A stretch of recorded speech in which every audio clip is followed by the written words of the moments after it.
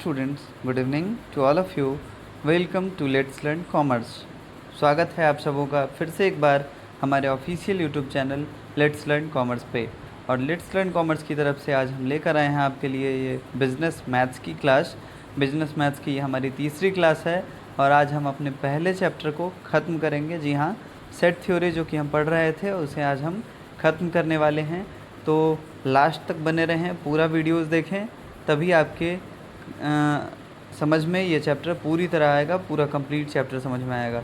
सबसे पहले अगर आप हमारे चैनल पर नए हैं तो please do subscribe my channel, hit the like button, comment and share as more as you can. You can also follow me on Unacademy learning app. Simply type Ravi Roshan KR6388। तो गाइज़ आइए सबसे पहले हम जानते हैं कि आज के इस सेशन में हम क्या क्या पढ़ने वाले हैं। तो स्टूडेंट्स, आज के इस सेशन में हम डिस्कस करेंगे वेन डायग्राम को। उसके बाद हम लोग उसके 3 जो पार्ट्स हैं, यूनियन, इंटरसेक्शन और डिफरेंस ऑफ सेट्स, उसकी बात करेंगे। फिर हम डिसजॉइंट सेट क्या होता है वो पढ़ेंगे, कॉम्प्लीमेंट ऑफ ए सेट, और लास्ट टॉपिक हमारे इस सेशन का होगा number of elements in A set. तो आइए आज का ये क्लास हम शुरू करते हैं और जानते हैं कि वेन डायग्राम क्या है।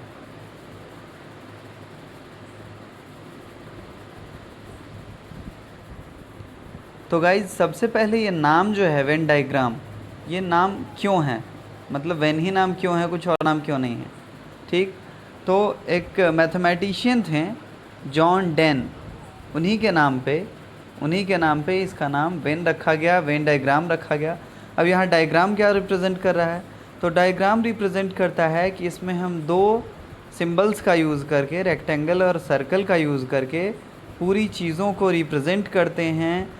We represent all the elements, all the sets using 2 mathematical symbol, rectangle and circle. So it is called completely a Venn diagram. When named after a scientist of mathematics, John Denn.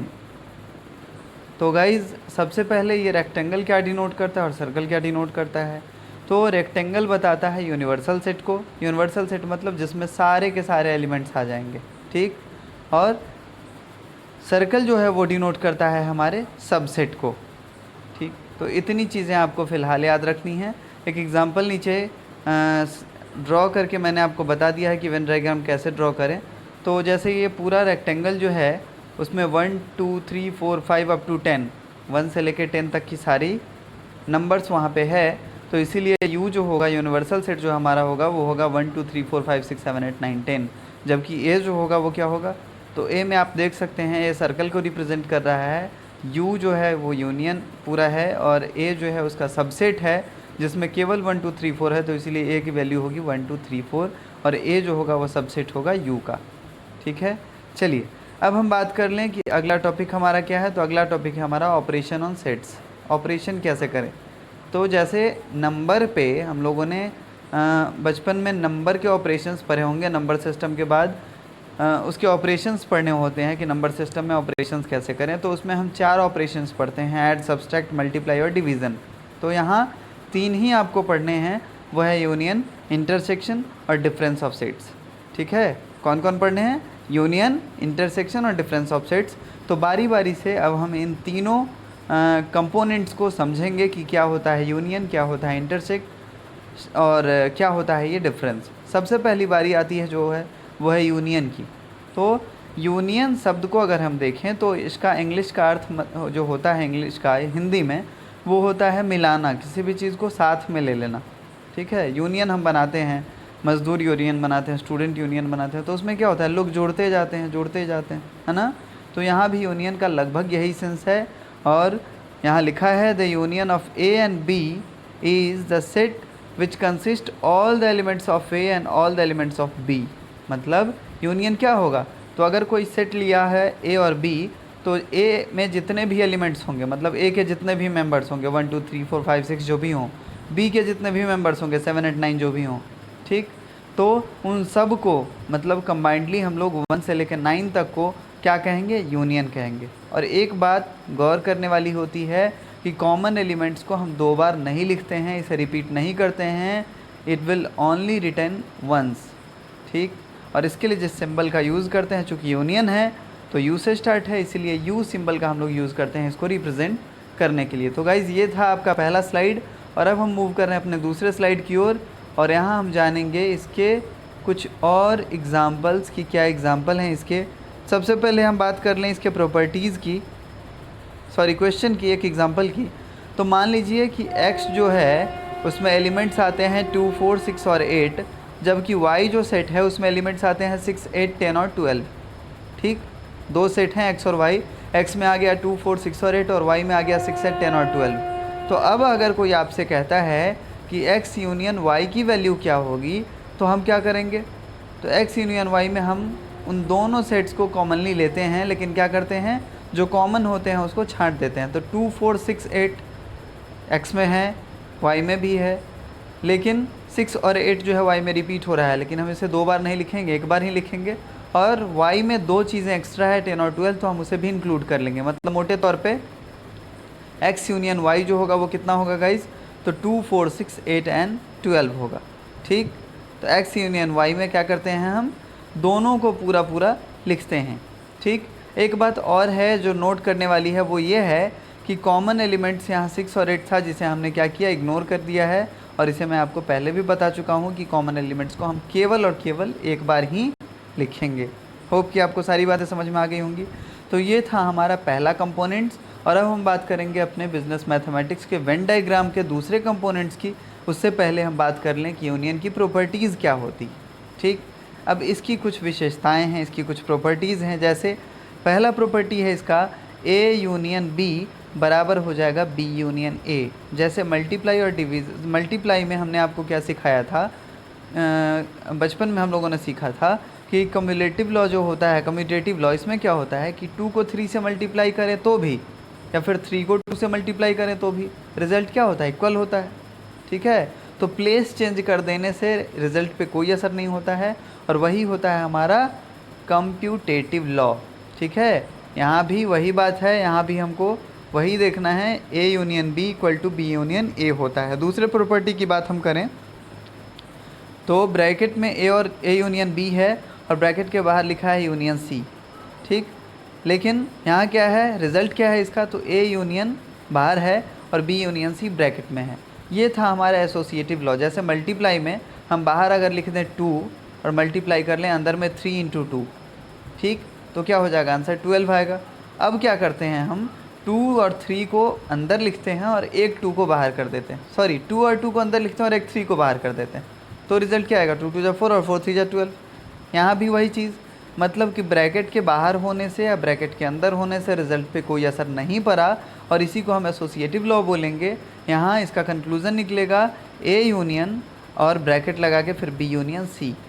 ठीक, चलिए अब हम बात कर लें अपने तीसरे property की, और तीसरा प्रॉपर्टी है हमारा ए यूनियन फाई। फाई जो है वो रिप्रेजेंट करता है इम्पटी को, इम्पटी सेट को।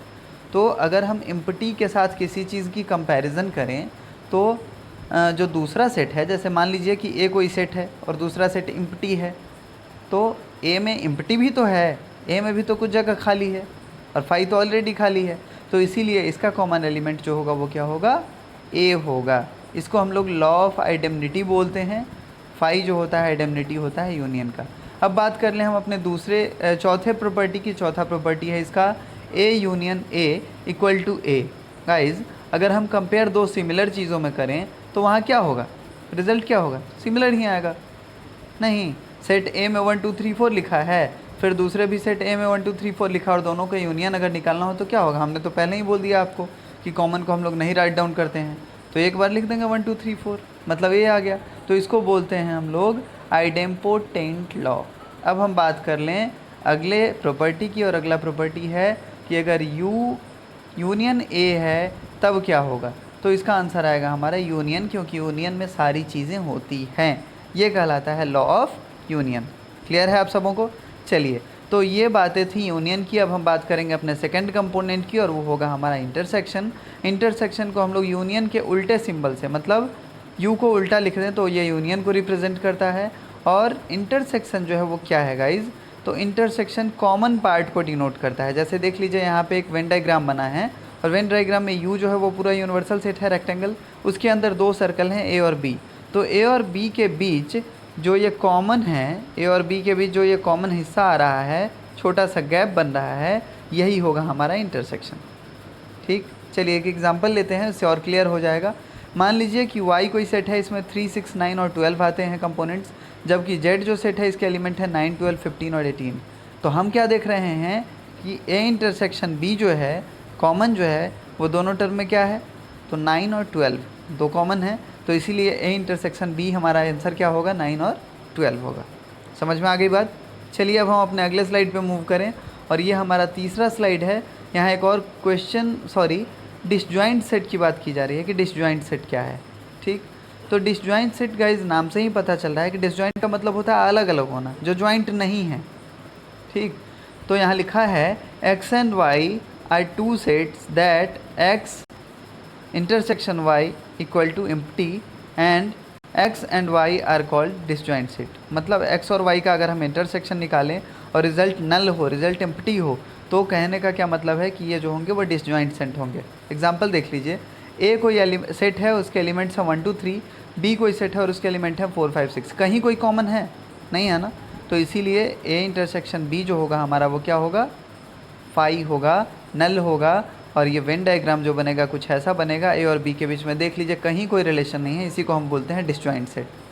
अब हम बात कर लें कि इंटरसेक्शन की प्रॉपर्टी क्या क्या होती है।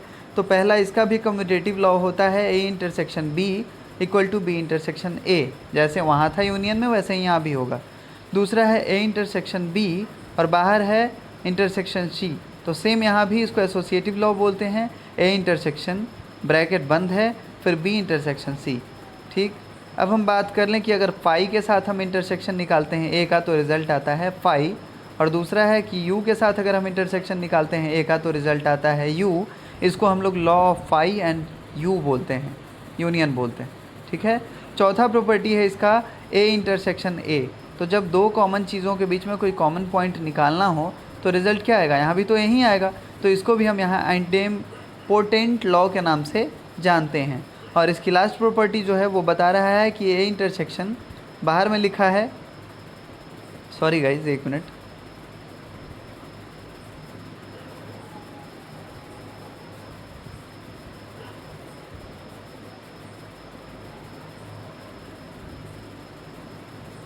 आई एम रियली सॉरी, एक मिनट।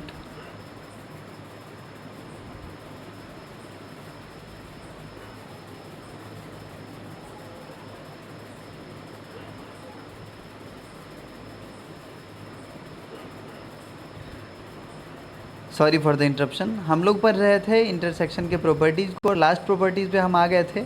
तो लास्ट प्रॉपर्टी जो है वो है ब्रैकेट के बाहर ए इंटरसेक्शन और ब्रैकेट के अंदर बी यूनियन सी। तो इसका क्या होगा, तो इसका फॉर्मूला होता है A intersection B union A intersection C. इसको बोलते हैं हम लोग डिस्ट्रीब्यूटिव लॉ। मैथमेटिक्स में जैसे आपको एक चीज़ याद होगी कि जैसे हम लोगों ने बचपन में बेसिक्स में पढ़ा था कि बाहर कोई नंबर मान लीजिए ए लिखा है और ब्रैकेट में बी प्लस सी लिखा है, तो हम क्या करते थे, पहले ए से बी का मल्टीप्लाई कर लेते थे और फिर बी से सी का, सॉरी ए से सी का कर लेते थे और दोनों को ऐड कर लेते थे। नीचे यहाँ भी लिखा भी हुआ है ए ब्रैकेट बी प्लस सी, तो क्या होगा ए इंटू बी प्लस ए इंटू सी। तो कुछ ऐसा ही है हमारा इसका पाँचवा प्रॉपर्टी इंटरसेक्शन का। अब हम बात कर लें डिफरेंस ऑफ सेट्स की, कि ये डिफरेंस क्या होते हैं। तो डिफरेंस जो होता है, जैसे मान लीजिए कि ए और बी कोई सेट है और इनके बीच आपको डिफरेंस निकालना है, तो ऑर्डर ऑफ एलिमेंट्स जो होंगे, तो ए माइनस बी अगर हमें करना है, जैसे ए माइनस बी हम लिखेंगे, तो ए में से उन चीज़ों को हम घटा देते हैं जो बी में नहीं है। ठीक है, वही लिखा है the difference of the sets A and B in the order is the sets of elements which belong to A not to B. मतलब ए में तो वो चीज़ है लेकिन बी में वो चीज़ नहीं है, तो हम क्या कर लेते हैं, सेट ए से सेट बी को सब्सट्रैक्ट कर देते हैं और इसी को हम कहते हैं डिफरेंस ऑफ सेट्स। हम मूव करते हैं अपने अगले स्लाइड पे और यहाँ हम बात करेंगे इसके वेन डायग्राम की। तो देखिए वेन डायग्राम में क्लियरली कैसे हमने बताया कि माइनस कब होता है और कैसे होता है। तो यहाँ देखिए वेन डायग्राम में ये रहा, वेन डायग्राम हमारा क्लियरली दिख रहा है और यहाँ b माइनस है, इस तरफ राइट हैंड साइड है और a माइनस बी का पार्ट जो है वो दिख रहा है हमारे लेफ्ट हैंड साइड में। और एक एग्ज़ाम्पल हम लोग देख लेते हैं जिससे और क्लियर हो जाएगा यहाँ। तो एक एग्ज़ाम्पल देखिए आप, ये रहा मेरे। मान लीजिए कि P कोई सेट है, उसमें 1 2 3 4 5 6 7 इतने नंबर हैं, और Q कोई सेट है, उसमें लिखा है 2 4 6 और 8। तो यहाँ पे अगर P माइनस क्यू निकालना है, ठीक, P माइनस क्यू निकालना है, तो हम उन चीज़ों को हटा लेंगे जो Q में है। मतलब हम ये कह सकते हैं कि Q में जो चीज़ नहीं है वो रिज़ल्ट होगा P माइनस क्यू का, ठीक। तो यहाँ पे आंसर हमारा आएगा 1 3 5 और 7, क्योंकि Q में 2 4 6 और 8 है। अब हम बात कर लें अपने दूसरे इसी के दूसरे क्वेश्चन की। अगर निकालना हो हमें B माइनस ए, तब क्या करेंगे? तो B माइनस ए अगर निकालना हो तो हम B में से उन चीज़ों को हटा लेंगे जो कॉमन है। जैसे Q में क्या है, 2 4 6 है आपका, P में भी क्या है, 2 4 6 है, लेकिन Q में आपका 8 है जबकि P में नहीं है। तो इसीलिए हमारा Q माइनस पी, यहाँ पे B माइनस ए गलती से लिखा गया है, तो Q माइनस पी जो होगा हमारा 8 होगा। होप कि आपको ये सारी चीज़ें समझ में आ रही हों। और एक रिमार्क्स यहाँ पे देखने को मिलता है, एक चीज़ यहाँ पता चलती है, और वो चीज़ क्या है ये देख लीजिए। तो मान लीजिए कि यहाँ पे इंटरसेक्शन भी निकालना है, तो P इंटरसेक्शन Q क्या होगा आपका, 2 4 और 6 होगा ना। तो एक रिमार्क्स यहाँ पे क्या पता चली कि A माइनस बी हो, या A इंटरसेक्शन B हो, या B माइनस ए हो, ये तीनों आपस में डिसजॉइंट सेट्स होते हैं। इनका कहीं कोई इक्वल वैल्यू नहीं होता है, तीनों में कोई रिलेशनशिप नहीं होती है। जैसे आप पीछे देख सकते हैं, यहाँ पे पिछले स्लाइड में हमने क्या निकाला था, A माइनस बी, फिर B माइनस ए, वो दोनों बिल्कुल डिफरेंट थे। और यहाँ पे हमने क्या निकाला, P इंटरसेक्शन Q, तो ये भी बिल्कुल डिफरेंट है। तो इसी को हम कहते हैं कि ये तीनों जो है आपस में क्या है, बिल्कुल डिसजॉइंट है। अब बात हम करेंगे कॉम्प्लीमेंट ऑफ ए सेट। किसी सेट का कॉम्प्लीमेंट क्या होता है, ठीक। तो कॉम्प्लीमेंट का हिंदी मतलब क्या होता है, पूरक, जो किसी चीज़ को पूरा कर दे। यहाँ कॉम्प्लीमेंट क्या है सो देखिए, और कॉम्प्लीमेंट को डिनोट हम लोग करते हैं डैश से। जैसे यहाँ लिखा है कि एक वेन डायग्राम है, और कॉम्प्लीमेंट इसका लिखा है कि ए डैश इधर है और ए सर्कल में है, यूनियन पूरा है। तो ए डैश का क्या मतलब, तो ए डैश का मतलब कि ए के बाहर जो सारी चीज़ें हैं वो सब ए डैश में आ जाएंगी, ठीक। वो सारे एलिमेंट्स जो ए में नहीं हैं वो हमारे कहाँ होंगे, ए डैश में होंगे, मतलब कॉम्प्लीमेंट ऑफ ए होंगे। जैसे एक एग्जांपल देख लीजिए, लिखा है कि यूनिवर्सल कोई सेट है 1 2 3 4 5 6 7 8 9 10। इसके अलावे सेट ए जो है वो है हमारा 1 3 5 7 9, और ए डैश जो है वो है हमारा क्या, तो ए डैश क्या हो जाएगा, तो जो ए है उसमें से उसको हटा दीजिए, यू में से ए वाले को हटा दीजिए, यू माइनस ए हम कह सकते हैं। तो यू माइनस ए जब आप कीजिएगा तो 1 3 5 7 9 जो है वो घट जाएगा, बचेगा क्या, तो बचेगा हमारा 2 4 6 8 और 10। यही होगा हमारा क्या, कॉम्प्लीमेंट ऑफ ए सेट। आगे बात समझ में। अब बात कर लें हम लोग प्रॉपर्टी की, तो पहला प्रॉपर्टी है इसका कॉम्प्लीमेंट लॉ, जिसमें हम देख रहे हैं A union A dash equal to होता है यूनियन। दूसरा है इसका ए इंटरसेक्शन ए डैश, तब हमारा रिजल्ट आता है नल। फिर हम बात कर लें अगले प्रॉपर्टी की, अगला प्रॉपर्टी है डी मॉर्गन्स लॉ। इसमें होता है, ये किसी साइंटिस्ट के नाम पे है, इसमें अगर ए यूनियन बी डैश है तो रिज़ल्ट होगा ए डैश और इंटरसेक्शन बी डैश। तीसरा है ए इंटरसेक्शन बी डैश, तो रिज़ल्ट होगा हमारा A dash union B dash. Law of double complementation क्या है, तो ए डैश ब्रैकेट बंद फिर से डैश, तो इसका रिज़ल्ट हमारा ए होगा। Law of empty set and universal set, जैसे फाई डैश अगर लिखा है और तो u और u डैश जो होगा उसका रिज़ल्ट क्या होगा हमारा फाई होगा। हम आगे जब एग्जांपल से इसको समझेंगे तो ये बिल्कुल क्लियर हो जाएगा, क्रिस्टल क्लियर हो जाएगा। तो आप लोग परेशान ना हो कि ये यूनियन इंटरसेक्शन का ये हमें समझ में बिल्कुल नहीं आया। अब सबसे पहले हम बात कर लें number of elements in a set. किसी सेट में नंबर ऑफ़ एलिमेंट्स क्या हैं, तो दो फार्मूला यहाँ पे लिखा है और ये दोनों आपके लिए बहुत इंपॉर्टेंट है। जैसे मान लीजिए आपको ए यूनियन बी निकालना है, ठीक, और आपको इसका फार्मूला क्या होता है, तो n number of elements set A plus number of set B minus number of set A intersection B. ऐसा क्यों, तो देखिए नीचे वेन डायग्राम में क्या है, सेट ए इस तरफ है, सेट बी इस तरफ है। तो अगर यूनियन निकालना हो तो हमने क्या कहा था, दोनों सेट को इक्वली जोड़ देते हैं। तो ए जब आप जोड़िएगा तो ये वाला शेडेड पोर्शन है वो फिर से जोड़ा जाएगा, और बी भी जब जोड़िएगा तो ये शेडेड पोर्शन आ जाएगा। मतलब शेडेड पोर्शन दो बार काउंट हो रहा है, तो इसीलिए हम एक बार क्या करते हैं, इसे घटा लेते हैं और यही कहलाता है हमारा इंटरसेक्शन। यहाँ पे देखिए -n × a इंटरसेक्शन b लिखा है ना, तो तो ए इंटरसेक्शन बी का मतलब हुआ ये वाला हिस्सा, ये जो सेडेड पार्ट है जहाँ पे लाइनिंग मैंने खींच के रखी है, इसको हम घटा लेते हैं क्योंकि इसको 2 बार जोड़ा गया था। ठीक है, आगे बात समझ में। चलिए अब हम बात कर लें अपने अगले फार्मूले की, और अगला फार्मूला है हमारा n bracket a union b union c। अगर आपको निकालना हो तो क्या करेंगे, तब हम number of elements of set a plus elements of set b plus elements of c minus a intersection b minus b intersection c and minus a intersection c और प्लस n। ऐसा क्यों होता है, तो यहाँ 3 बार क्या होता है कि जोड़ देते हैं हम।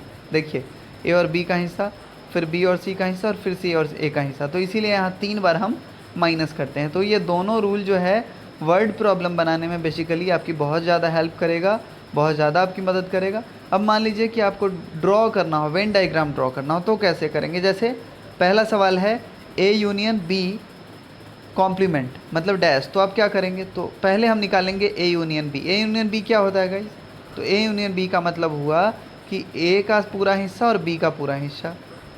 ठीक, तो a का पूरा हिस्सा कौन होगा, तो पूरा a हो गया, ये वाला हिस्सा जो अनशेडेड है। ठीक है, b का पूरा हिस्सा कौन होगा, तो b का ये हिस्सा जो अनशेडेड है।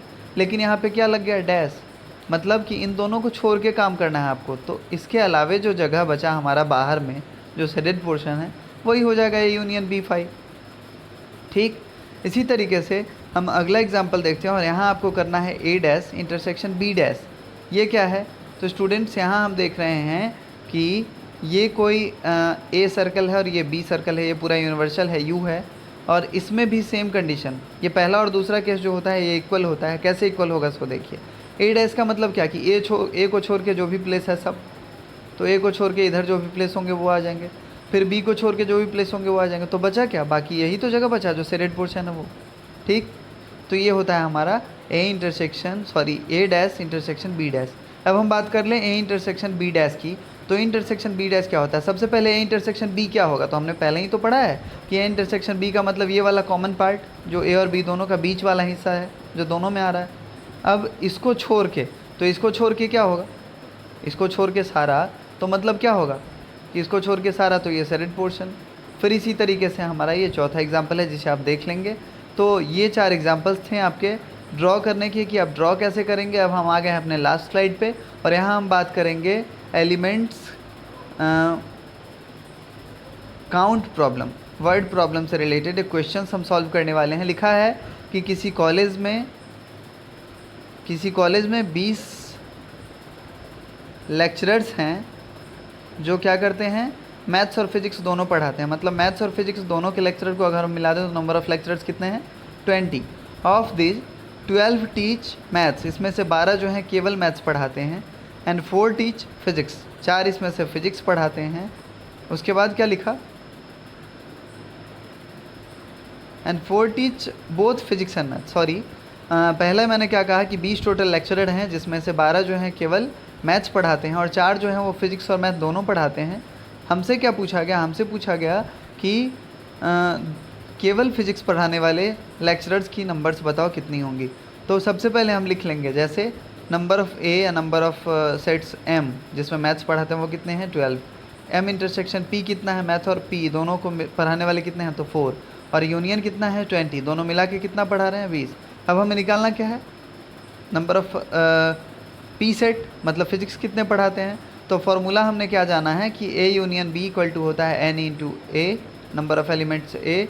उसके बाद बी के एलिमेंट्स को जोड़ते हैं और इसमें से फिर हम ए इंटरसेक्शन बी को घटा देते हैं तो आंसर हमारा आ जाता है। ठीक, तो यूनियन का वैल्यू हमको पता है 20, तो यूनियन की जगह हमने 20 लिख दिया, इक्वल टू की जगह इक्वल टू का साइन है। सेट ए में 12 थे, सेट बी में कुछ नहीं हमको निकालना है तो हमने वही लिख दिया, और इंटरसेक्शन कितना है भाई, 4 है।